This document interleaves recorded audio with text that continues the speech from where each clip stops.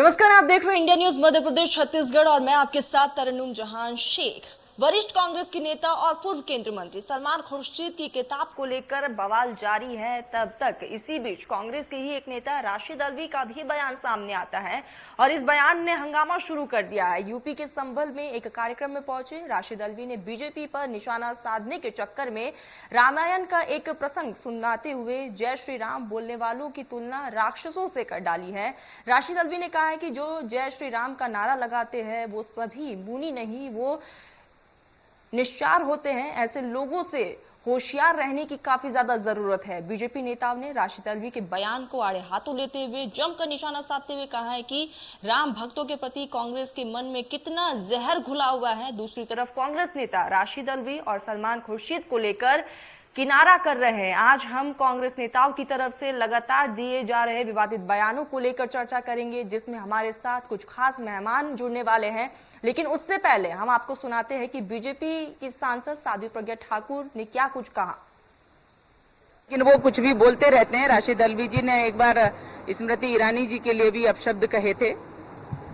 मुझे लगता है ये जो ऐसा लोग बोलते हैं विधर्मी हैं और विधर्मियों की भाषा पे लगाम लगाना हिंदुओं को अच्छी तरह से आता है। तो आपको बता दें कि लगातार कांग्रेस की तरफ से इस तरह के बयानबाजी आ रहे हैं। सबसे पहले अगर हम बात कर ले सलमान खुर्शीद की, तो उन्होंने अपने किताब सनराइज ओवर अयोध्या में कहा है कि उन्होंने हिंदुत्व का तुलना आईएसआई और बोको हराम के संगठन जैसे से किया है। हिंदुत्व का तुलना, तो अभी ये पूरा मामला शांत हुआ भी नहीं था कि उन्होंने कांग्रेस के ही एक नेता राशिद अल्वी का भी बयान सामने आया है और उन्होंने कहा है कि जो जय श्री राम कहते हैं वो राक्षस होते हैं। तो ऐसे में अब दोनों ही नेता का ये बयान अब काफी ज्यादा सुर्खियों में बना हुआ है, राजनीतिक रूप ले चुका है। तमाम पार्टियां इस पर अपने चिंता जाहिर कर रही है। बीजेपी भी लगातार अब इसको लेकर आक्रोशित नजर आ रही है। तो आपको बता दें कि आने वाले समय में 5 राज्यों में चुनाव है और उसका भी साफ असर इस पर देखा जाएगा।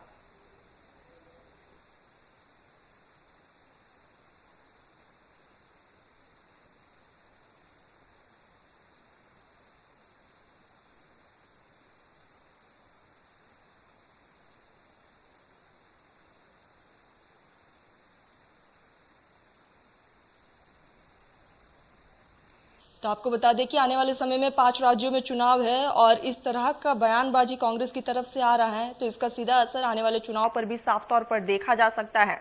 तो आपको बता दें कि राशिद अल्वी ने कहा है कि जो जय श्री राम का नारा लगाता है वो राक्षस भी हो सकता है। तो चलिए चर्चा को आगे बढ़ाते हैं। हमारे साथ कांग्रेस की तरफ से सुरेंद्र वर्मा जी जुड़ चुके हैं, जो कि प्रवक्ता है, और राजीव चक्रवर्ती बीजेपी नेता हमारे साथ जुड़ चुके हैं। इसके साथ ही मनीष वर्मा राजनीतिक विश्लेषक भी जुड़ चुके हैं। तो चर्चा की शुरुआत हम कांग्रेस की तरफ से करेंगे। सुरेंद्र वर्मा जी, जिस तरीके से आपकी पार्टी बयान दे रही है, अगर चाहे हम बात कर ले सलमान खुर्शीद की या फिर हाल ही में जो बयान दिया है राशिद अल्वी ने, क्या कुछ कहेंगे आप? क्या आखिर दिक्कत क्या है राम से? तरन्नुम की 2-3 बातें महत्वपूर्ण हैं जो मैं कहना चाहूंगा। मैं का प्रवक्ता हूं छत्तीसगढ़ प्रदेश कांग्रेस कमेटी से। इस वाकये का, जहां तक कि ये जो घटनाक्रम है, ये उत्तर प्रदेश के एक सभा के संदर्भ में है। एक महोत्सव था, कल्की महोत्सव में उन्होंने अपने वक्तव्य में कहा। मूल बात जो है, आज भारतीय जनता पार्टी का पूरे देश में जो चरित्र है, नफरत और उन्माद फैलाने के लिए जिस प्रकार से ये एक वर्ग को दूसरे वर्ग से लड़ाने के लिए इस प्रकार के वक्तव्य को तोड़ मड़ोड़ कर परोसने का ये कुत्सित प्रयास लगातार कर रहे हैं, उसके संदर्भ में गोस्वामी तुलसीदास जी ने कहा है कि दया धर्म का मूल है और पाप मूल अभिमान। तो जिस अभिमान के चलते मोदी और योगी की सरकार देश में और खासकर उत्तर प्रदेश में, हमने देखा क्या हुआ। हाल ही में देश के सर्वोच्च न्यायालय को यह कहना पड़ा कि एक खास व्यक्ति को बचाने के लिए जो पूरी की पूरी सरकार जो है वो जांच में कोताही बरत रही है। क्या हुआ कठुआ में, क्या हुआ उन्नाव में, क्या हुआ हाथरस में, लखीमपुर खीरी में क्या हुआ, इंस्पेक्टर सुबोध सिंह के हत्यारे के साथ में कौन सी पार्टी के लोग खड़े थे और किस प्रकार से उसके हत्यारे को महिमा मंडित करके पद बांटे गए। तो तरन्नुम जी, मूल बात यह है, मैं किसी के व्यक्तिगत बयान के संदर्भ में टिप्पणी नहीं करना चाहूंगा, लेकिन जो प्रसंग उसमें आया कालनेमी का, निश्चित रूप से उन्होंने यह बात कही कि जो नारे लगाने वाले हैं वो सभी के सभी आदर्श संत नहीं है। ये पहले भी उतना ही सच था और आज भी उतना ही सच है। मर्यादा पुरुषोत्तम प्रभु श्री राम हम करोड़ों करोड़ हिंदुओं के आराध्य हैं। उन्होंने अपने जीवन चरित्र में प्रजापालक के रूप में, सामाजिक न्याय के रूप में, सबरी के राम, केवट के राम, कौशल्या के राम के रूप में एक वात्सल्य का जो उन्होंने संदेश दिया, एक सामाजिक सौहार्द का संदेश दिया, वो निश्चित रूप से हम सबके लिए अनुकरणीय है। आज भी हम सुशासन की जब बात करते हैं तो राम राज्य की कल्पना करते हैं, लेकिन जो योगी राज में हो रहा है, जो अत्याचार महिलाओं के खिलाफ, जो अत्याचार, जो लिंचिंग की घटनाएं छोटी जातियों के खिलाफ और जो भेदभाव वहां पर हो रहे हैं, और खासकर सत्ताधारी भारतीय जनता पार्टी के लोग जिस प्रकार से अपराधियों के साथ खड़े हैं, तो निश्चित रूप से रामायण का यह प्रसंग, कालनेमी का प्रसंग भारतीय जनता पार्टी और आरएसएस के लोगों के साथ बिल्कुल फिट बैठता है। किसी के व्यक्तिगत वक्तव्य के संदर्भ में मैं ज्यादा कुछ नहीं कहना चाहूंगा, लेकिन ठीक है सुरेंद्र जी, जिस तरीके से आप कह रहे हैं, हम राजीव जी से भी इस जवाब ले लेते हैं। राजीव जी, कांग्रेस का साफ तौर पर कहना है कि इस तरह का बयान सीधा बीजेपी पर सटीक बैठता है, क्या कहेंगे आप? देखिए तरन्नुम जी, कहीं ना कहीं से ये दिख रहा है कि पूरी कांग्रेस पार्टी और जो सीनियर लीडर है राशिद अल्वी जी, कांग्रेस के बहुत सीनियर नेता है, प्रवक्ता है, और कांग्रेस के बहुत सारे संगठन से वो उनका ताल्लुकात है। और इस प्रकार अगर वो कहते हैं कि जय श्री राम नारे लगाने वाले वो कालनेमी है, वो राक्षस लोग हैं, तो सीधा सीधा कांग्रेस पार्टी के संज्ञान में कांग्रेस पार्टी का एक सीनियर नेता ऐसा कहता है। सलमान खुर्शीद जी कहते हैं कि बोको हरम जैसे आतंकवादी संगठन और हिंदुत्व है। तो पूरी जो बहुसंख्यकों के जो सम्मान न रखे और कांग्रेस पार्टी इन दोनों नेताओं के संदर्भ में कोई बयान भी जारी नहीं करे कि ये इनका व्यक्तिगत आरोप है, हमसे कुछ लेना देना नहीं, और इस सारे घटनाक्रम का काफी समय बीत चुका है। तो जो दिख रहा है वो ये दिख रहा है कि 10 जनपद का एक लक्ष्य है कि बहुसंख्यक समुदाय को अल्पसंख्यक वोट लेने के लिए बहुसंख्यक समुदाय को आप हर्ट करो, उनको उनके मर्यादा पुरुषोत्तम को कुछ कहो। और तो तब हमारा जिस प्रकार कांग्रेस के अंदर के आंतरिक संघर्ष चल रहा है, सत्ता संघर्ष चल रहा है, संगठन का संघर्ष चल रहा है, ग्रुप 23 का संघर्ष चल रहा है, तो ये होड़ है कि हम किस प्रकार से 10 जनपद के आंखों के तारे बने और उस संदर्भ में इस प्रकार से बयान देना, ये बिल्कुल ये साक्ष्य हो गया, ये पूरी तरह से सत्य हो गया कि कांग्रेस पार्टी का जो वर्ग चरित्र है वो चरित्र है कि जो बहुसंख्यक वर्ग है अपने आप को सेकुलर साबित करने के लिए हिंदू देवी देवताओं को नीचा दिखाना, जो हिंदुत्व एक विचारधारा है, एक दर्शन है, एक आइडियोलॉजी है, एक फिलोसॉफी है, उस हिंदुत्व के ऊपर चोट पहुंचाना ताकि 10 जनपद के जो लीडरान हैं उन्हें बहुत अच्छा लगे और वो शाबाशी दे और कांग्रेस के लीडरशिप में आए। लेकिन कहीं ना कहीं से मेरे मित्र अभी भारतीय जनता पार्टी के बारे में विश्वमन कर रहे थे, बहुत जहर उगल रहे थे कि ये पार्टी है, ये वो पार्टी है, ये जो धर्म के बीच में लड़ाती है।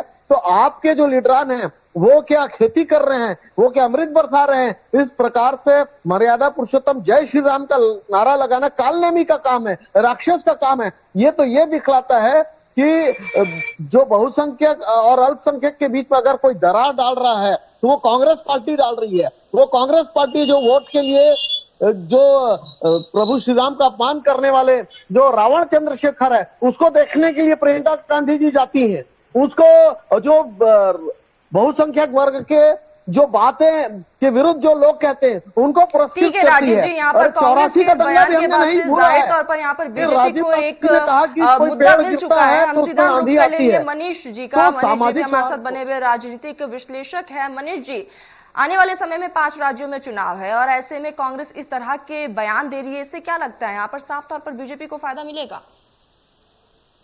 देखिए, मैं इस पे ये बोलना चाहूंगा कि ये जो बयान जिस तरीके के आ रहे हैं, इसके पूर्व भी इस तरीके के बयान लगातार आते रहे हैं और जब जब चुनाव होता है तो इस तरीके की बातें लगातार उठती हैं, चाहे वो कांग्रेस से उठे चाहे भाजपा से उठे, लगातार इस तरीके की बातें उठी है। और धर्म और राजनीति का जो घालमेल पिछले कुछ सालों में देखने को मिला है राजनीति के अंदर में, निश्चित रूप से वो एक चिंतनीय विषय है। और इस तरीके की बातें जब जब आती है, देखिए राम का जो नाम है, राम का नाम जो है वो संपूर्ण लोगों का जो स्वामी है, संपूर्ण लोगों का जो ईश्वर है, उसे राम कहा गया है। और राम रक्षा स्तोत्र में जो दो लाइनें कही गई है, मैं उसको यहाँ पर बताना चाहूंगा कि राम के लिए जो बातें कही जाती है, लगातार ये कहा जाता है राम के नाम को लेकर के, कहा जाता है कि राम के नाम पर सियासत हो रही है। तो इस तरीके की जो बातें हैं, जो मैंने कहना चाह रहा था, राम रामेति रामेति रमे रामे मनोरमे सहस्त्र नाम ततुल्यम राम नाम वारनाने।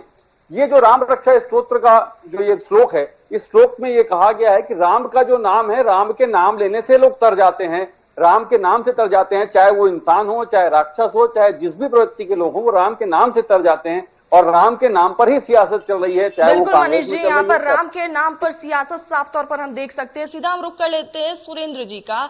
सुरेंद्र जी, जिस तरीके से आने वाले समय में 5 राज्यों में चुनाव है और ऐसे में अगर हम देखें तो प्रियंका गांधी काफी एक्टिव मोड में नजर आ रही है और जहां पर भी वो चुनावी सभा करती है वहां पर वो राम का जिक्र करती है, लेकिन दूसरी तरफ कांग्रेस के कुछ नेता ऐसे भी है जो राम के बिल्कुल खिलाफ है। आखिर ऐसा क्यों?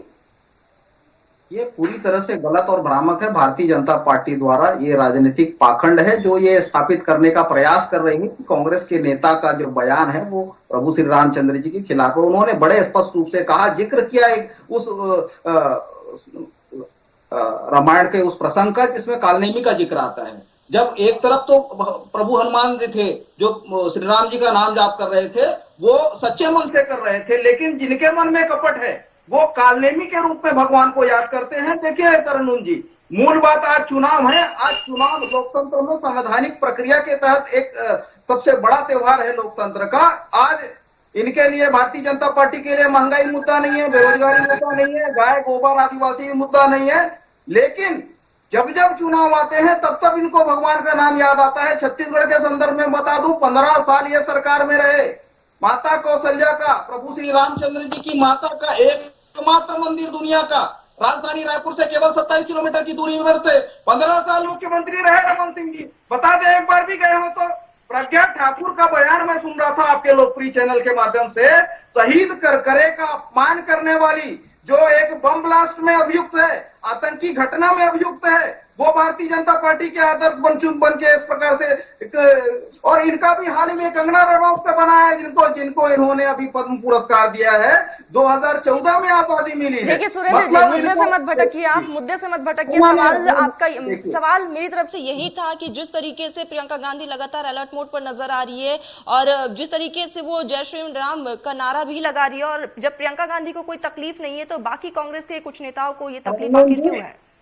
धर्म हमारी आस्था की विषय वस्तु है। निश्चित रूप से धर्म से मैं भी हिंदू हूं और हमारे यहाँ बहुसंख्यक नेता जो हैं उनके हमको जो हमारे धर्म के जो ये ध्वजवाहक ये नहीं हो सकते। आरएसएस और बीजेपी के आने से पहले भी सनातन धर्म था। जी ये पहली बार नहीं है ना, इससे पहले दिग्विजय सिंह ने भी इस तरीके के बयान दिए थे। उनका हिडन एजेंडा है, याद करिए। अरे आप हिडन एजेंडा को याद करिए। जब पोप जॉन राजीव जी रुक जाइए, सुरेंद्र जी को अपने बात पूरा रखने दीजिए। राजीव जी, तरन्नुम जी, 5000 से अधिक लोगों की जो जाने गई है, उसकी अगर दोषी कोई है तो भारतीय जनता पार्टी, आरएसएस और इनके द्वारा, इनके जो बी टीम है। आज भी यूपी में क्या हो रहा है, एक तरफ से वो ओवैसी जैसे नेता को खड़े किए जा रहे हैं, इन्हीं के द्वारा फंडिंग की जा रही है, और दूसरी तरफ ये धर्म के आधार पर ध्रुवीकरण का प्रयास कर रहे हैं। तो भारतीय जनता पार्टी का ये चरित्र रहा है शुरू से ही। ये जहां जहां चुनाव होते हैं ये करने के लालच में, देखिए ये धर्म के जो ठेकेदार बनते हैं, इनकी जरूरत नहीं है। आज जो है देश की जनता और उत्तर प्रदेश की जनता जिस प्रकार से इनके 5 साल के कुशासन में कटवा, उन्नाव, हाथरस, लखीमपुर और तमाम घटनाक्रम हुए, जिस प्रकार से लिंचिंग की घटनाएं, हम राजीव जी से भी जवाब ले लेते। राजीव जी, यहाँ पर कांग्रेस का साफ तौर पर यही कहना है कि यहाँ पर बीजेपी धर्म के नाम पर राजनीति करती है, जब जब चुनाव आता है तो बीजेपी को राम का याद आता है। देखिए तरन्नुम जी, धर्म के नाम पे कोई राजनीति नहीं होती है। राजनीति होती है मुद्दों पर, राजनीति होती है समसामयिक घटना पर। और आज जो घटनाक्रम दिख रहा है वो घटनाक्रम ये दिख रहा है कि कांग्रेस पार्टी अपने वोट बैंक के खातिर, उनके पास जो वोट बैंक है उसको प्रभावित करने के लिए, ताकि वो समाजवादी पार्टी के खाते में ना चला जाए, ताकि वो बहुजन समाज पार्टी के खाते में न चला जाए, तो उस वोट को हिट करने के लिए कांग्रेस पार्टी लगातार बहुसंख्यक के भावनाओं का और जो हिंदू देवी देवताओं के अपमान का घटना कर रही है। और ये सोची समझी साजिश है। ये कोई नहीं तो लगातार ऐसे सलमान खुर्शीद जी की पुस्तक का अनावरण होता है, वो हिंदुत्व की तुलना बोको हराम जैसे आतंकवादी संगठन से करते हैं। दूसरी ओर रशीद आलवी जी कहते हैं कि जय श्री राम का नारा लगाना राक्षसी कार्य है। अब भले हमारे मित्र कुछ भी कहते कि उन्होंने फलाने संदर्भ में कहा था, ढिकाने संदर्भ में कहा था, तो कोई संदर्भ नहीं, पूरे संज्ञा ठीक है सुरेंद्र जी, राजीव जी को अपनी बात रखने दीजिए। पहला कारण है कि 10 जनपद के बंगले के अंदर अपनी हैसियत को बढ़ा के पेश करना कि मैं तो बहुसंख्यक के लोगों का अपमान करता हूं ताकि मेरा नंबर बढ़े। और दूसरा कारण है अल्पसंख्यक बंधु और जो बौद्ध जो वहां के वोटर्स हैं उनको कहीं ना कहीं से हम प्रभावित कर लें। और ये जो जय भीम और जय मीम, ये जो वोट्स के जो समीकरण है, उस वोट को झटकने के लिए जानबूझकर कांग्रेस पार्टी अपने नेताओं को मैदान जंग में छोड़ दी है कि आप जाइए और जाके हिंदुओं के बारे में बकवास करिए, आप विश्वमन करिए, प्रभु राम के बारे में विश्वमन करिए, हिंदुत्व के बारे में विश्वमन करिए। अरे ये कैसे राजनीति है? ये राजनीति की नीचता की पराकाष्ठा कांग्रेस पार्टी शुरू से करते आ रही है। आप अगर पिछले बयानों को भी देखेंगे कांग्रेस पार्टी के, तो लगातार ऐसे ही बयान देते हैं कि हिंदू गलत होता है, हिंदुत्व को दर्शन नहीं है। यहाँ पर राम के नाम पर आखिर ऐसी कैसी राजनीति? राजनीतिक विश्लेषक हमारे साथ फिलहाल जुड़े हुए हैं। हम मनीष जी का मैं रुख करना चाहूंगी। मनीष जी, क्या लगता है कि जब जब चुनाव आते हैं तब तब यहाँ पर राम का जिक्र किया जाता है और राम के नाम पर ही यहाँ पर राजनीति की जाती है? निश्चित रूप से तरन्नुम जी, मैं आपकी बात से सहमत हूं। मैंने पहले भी इस बात को कहा कि राम पे नाम पर जो सियासत हो रही है, लगातार इस बात को लेकर के जो दोनों राजनीतिक बड़े दल हैं देश के, वो दोनों इसको लेकर के बयानबाजी करते हैं। इसके पूर्व आप देखेंगे तो कांग्रेस में, जैसा कि आपने पहले कहा था कि एक तरफ प्रियंका गांधी जो है जय श्री राम का नारा लगाती है, दूसरी तरफ कुछ कांग्रेसी इस प्रकार के बयान जारी करते हैं। निश्चित रूप से ये इस तरीके का पहले से भी होते आया है। इसके पहले भी आप देखेंगे कि राम सेतु के अस्तित्व को इन्होंने नकारा था। इसके पूर्व आप देखेंगे तो राम के अस्तित्व को भी इन्होंने नकार दिया था। बहुत सारी ऐसी बातें हैं जिसको लेकर के इस तरीके के कंट्रोवर्शियल बयान कांग्रेस से आते रहे हैं, और एक तरफ कांग्रेस के बड़े लीडर जो है वो इस बात का समर्थन भी करते हैं। तो निश्चित रूप से ये जो राजनीतिक सियासत में जो राम का नाम चलता है, जब जब चुनाव आ रहे हैं, पिछले हम 15-20 वर्षों से देखें तो हर चुनाव के समय में इस तरीके की कोई ना कोई बातें आती है और वो कंट्रोवर्सी पैदा की जाती है, और उसके जरिए जो है वोटरों को अपने पक्ष में करने का प्रयास निश्चित रूप से किया जाता है। तरन्नुम जी, ठीक है, सीधा हम रुख कर लेते हैं सुरेंद्र जी का। सुरेंद्र जी, जिस तरीके से आने वाले समय में 5 राज्यों में चुनाव है, जिसको लेकर प्रियंका गांधी एक्टिव मोड में भी नजर आ रही है, और प्रियंका गांधी की जितनी भी मेहनत है, क्या आपको नहीं लगता है कि कांग्रेस के बाकी नेता उस पर पानी फेर रहे हैं और ये बाकी बीजेपी या फिर किसी भी पार्टी को यहाँ पर आप एक मौका दे रहे हैं? तरन्नुम जी, ये पूरी तरह से भारतीय जनता पार्टी का षड्यंत्र है, जो तोड़ मरोड़ कर बयान को प्रस्तुत करके इस प्रकार से ध्रुवीकरण का प्रयास करते हैं। वरिष्ठ पत्रकार है मनीष बोरा जी, खाली एक बात का मैं प्रतिवाद करना चाहूंगा कि जिस प्रकार से राम सेतु के अस्तित्व के संदर्भ में कहा, यह सर्वविदित है कि अटल बिहारी वाजपेयी जी की सरकार में जहाज रानी मंत्री थे बालू, और उन्होंने प्रस्ताव रखा था अटल बिहारी सरकार के समय, और उसके संदर्भ में उमा भारती और सुब्रमण्यम स्वामी जो वर्तमान में भारतीय जनता पार्टी के राज्यसभा सांसद है, उन्होंने खुले तौर पर पत्र वार्ता आयोजित करके इस बात के लिए निंदा की थी और अटल बिहारी सरकार से माफी मांगने के लिए कहा था। तो राम सेतु के अस्तित्व को नकारने वाली पार्टी भारतीय जनता पार्टी है। और सफेद झूठ आप लोगों ने कोर्ट में हलफनामा दिया। राजीव जी रुकिए, बात कंप्लीट करने दीजिए। राजीव जी, क्या झूठ बोलते हैं सुरेंद्र जी आप? ये पूरी मिथ्या है। राम सेतु को तोड़ने के लिए आपके पार्टी के पैनल ऑफ लॉयर, राजीव जी मैं आपके पास लौटूंगी, सुरेंद्र जी को उनकी बात आप रख लेने दीजिए। खड़े हुए और बिल्कुल मनीष बोरा जी सही कह रहे हैं।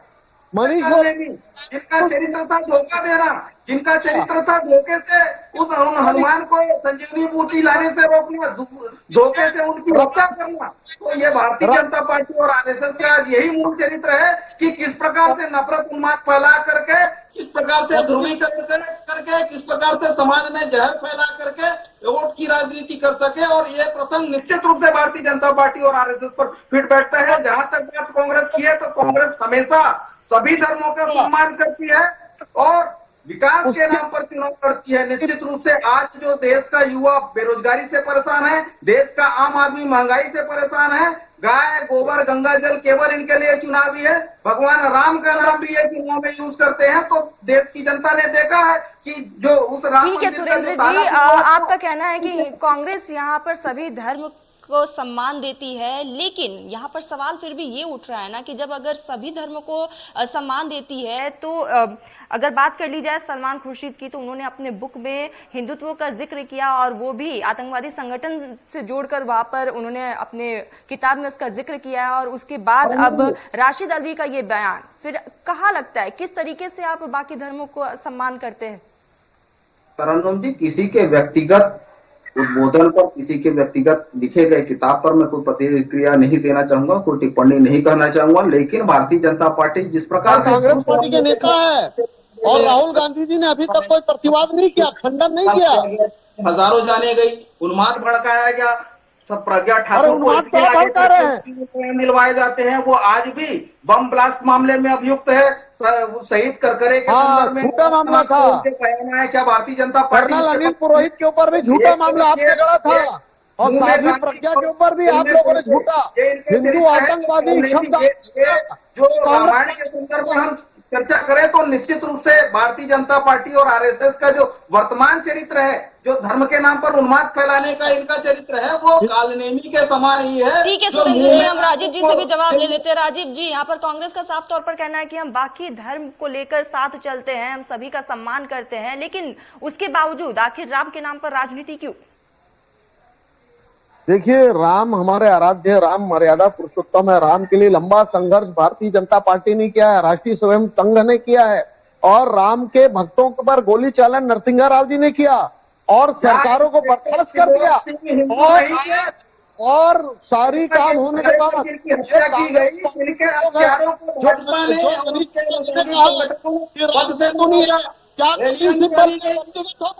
क्या कपिल सिब्बल जी ने अदालत में खड़े होकर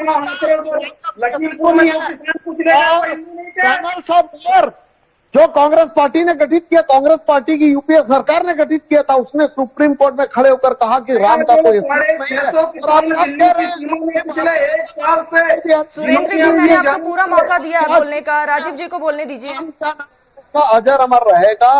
राम हमारे मर्यादा पुरुषोत्तम है। हिंदुत्व दर्शन पद्धति है जिसमें मुस्लिम बंधु भी आते हैं, जीवन जीने की पद्धति है और उस पद्धति को अगर आप गाली देते हैं तो आप सीधे सीधे भारत को गाली दे रहे हैं, आप राष्ट्रीय एकता को गाली दे रहे हैं, आप देश की संप्रभुता और एकता को गाली दे रहे हैं और आप लोग लबादा उड़ते हैं कि हम राष्ट्रीयता है। कांग्रेस पार्टी सभी वर्गों को लेकर चलती है। कांग्रेस पार्टी वो पार्टी है जो वोट काटने के लिए लोगों के बीच में दुश्मनियां पैदा करती है, दुश्वारियां पैदा करती है और हमेशा से करते आ रही है। कभी सिखों का नरसंहार करती है, कभी हिंदुओं को आतंकवादी संगठन कहती है, कभी जो कर्नल पुरोहित थे या बाकी लीडरान थे। ठीक राजीव जी, यहाँ पर मैं मनीष जी से सवाल लेना चाहूंगी। मनीष जी, जिस तरीके से आपने देखा कांग्रेस के बयान के बाद से आरोप प्रत्यारोप का दौर भी जारी हो गया, ऐसे में आपकी क्या राय है? देखिए, मैं इस पे ये कहना चाहता हूं कि इस प्रकार के जो बयान लगातार आते हैं, जब जब चुनाव आते हैं, विशेषकर जैसे उत्तर प्रदेश में जब भी चुनाव आता है तो निश्चित रूप से राम का जिक्र उसमें आता है और राम का जिक्र जब आता है तो निश्चित रूप से इस तरीके की बातें आती है और वोटों को अपने तरफ रिझाने का प्रयास दोनों दल करते हैं। एक तरफ बात ये करते हैं कि नहीं हम सर्वधर्म को लेकर के चलते हैं, दूसरी तरफ बात ये होती है कि नहीं वो जो बयान दिए हैं वो बयान सचमुच में सही है, उनका बयान जो है उसको सच साबित करने का प्रयास करते हैं। यदि ये उनका व्यक्तिगत बयान है तो उसको सच साबित करने का कांग्रेस क्यों कर रही है? और दूसरी बात यह कि जब भी हम बात करते हैं तो भारतीय जनता पार्टी की निश्चित रूप से हर बार जब जब उत्तर प्रदेश में चुनाव होते हैं तो राम को लेकर के आती है, राम मंदिर को लेकर के आती है। तो ये जो धर्म के नाम पर सियासत है, लोगों की धार्मिक भावनाओं के साथ में उनकी खेलने का जो प्रयास किया जाता है, उनकी धार्मिक भावनाओं को वोट के रूप में तब्दील करने का जो प्रयास किया जाता है, निश्चित रूप से ये सच नहीं है। और भारत की जो मूल अवधारणा है, भारत के संविधान की जो मूल अवधारणा है, जहां पर सभी को समानता का अधिकार दिया गया है, वहां पर इस तरीके की बातें होना और बिल्कुल मनीष जी, यहाँ पर अपनी बात रखने का हक सभी को दिया गया है। और ऐसे में सुरेंद्र जी, राजीव जी और मनीष जी, हमारे साथ जुड़ने के लिए, हमारे साथ चर्चा करने के लिए आप तीनों का बहुत बहुत शुक्रिया। तो इस तरह के बयानबाजी लगातार जारी है। आपको बता दें कि आने वाले समय में 5 राज्यों में चुनाव है और इस बयान का आने वाले चुनाव पर क्या असर पड़ता है ये देखने वाली बात होगी। फिलहाल रुकते एक छोटे से ब्रेक के लिए, ब्रेक के बाद जल्द हाजिर होंगे।